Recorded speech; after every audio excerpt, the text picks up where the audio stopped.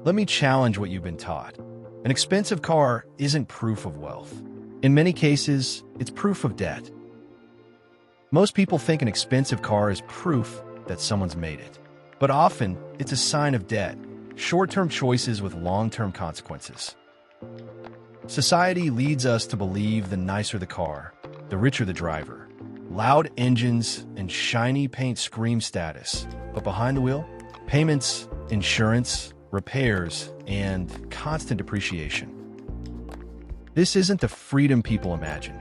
It's an obligation, sometimes a trap. For many, a flashy car says, "Look how committed I am," to 5 years of monthly payments. Cars are visible. They broadcast success, even when the numbers don't add up. We buy them not simply to drive, but to prove to ourselves and everyone else. But proving isn't the same as thriving. Don't confuse appearances for financial strength. Real control over your money doesn't come with a badge on the hood. Smart choices build real wealth, not just the illusion of it. The depreciation trap. Here's the part most people ignore. A car loses value every single day, even when it's parked, even when you're asleep. You can't stop it. You can't control it. You can only accept it. Now, imagine financing something that is guaranteed to lose value. You're borrowing future money to pay for something that is shrinking. That's the opposite of wealth building. Wealth is created when your money grows. Debt grows when your money is shrinking. Why high-income people still feel broke? This is why so many high earners feel stressed.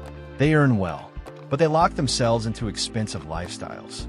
A large portion of their income goes to car payments, insurance, fuel, repairs.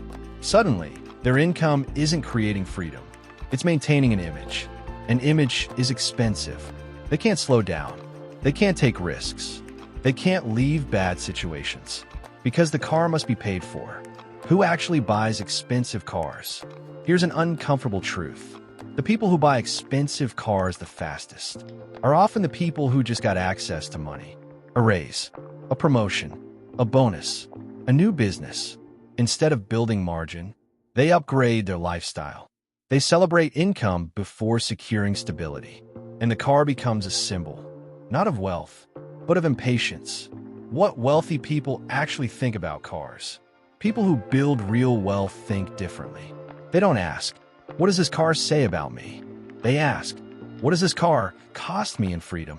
They understand that every dollar tied up in a depreciating asset is a dollar that cannot invest, cannot compound, cannot protect their future.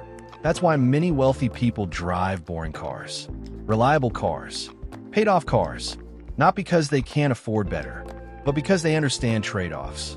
A story that makes it clear. Imagine two people earning the same income. Person A buys an expensive car on financing, large monthly payment, high insurance, constant stress.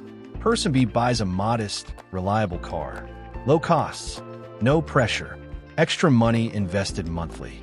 5 years later, person A still has payments. The car is worth far less than what was paid, and financial stress remains. Person B owns the car outright, has investments growing quietly, has options, same income, different decisions, different futures. Why cars steal opportunity? The real cost of an expensive car is not the price. It's the opportunity you give up. That money could have built an emergency fund, been invested, reduced debt, created margin. Instead, it sits in a driveway, losing value. That's not wealth. That's delayed freedom.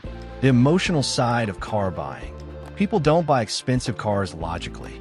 They buy them emotionally. To feel successful, to feel respected, to feel accomplished. But emotions don't pay interest. And lenders don't care how proud you feel. The excitement fades. The payment stays. Real wealth is invisible. Here's the truth most people never accept. Real wealth doesn't look like anything. It feels like something. It feels like calm, security, options, control. You don't see it on the street.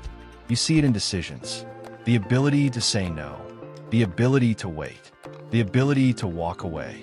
How to think differently about cars, practical. Before buying any car, ask, is this buying me freedom or taking it away? Does this support my long-term plan? Or just my ego? Could this money work harder elsewhere? Cars should serve your life, not define it. Ending. Open loop/transition. An expensive car can be a sign of wealth, but very often, it's a sign of debt.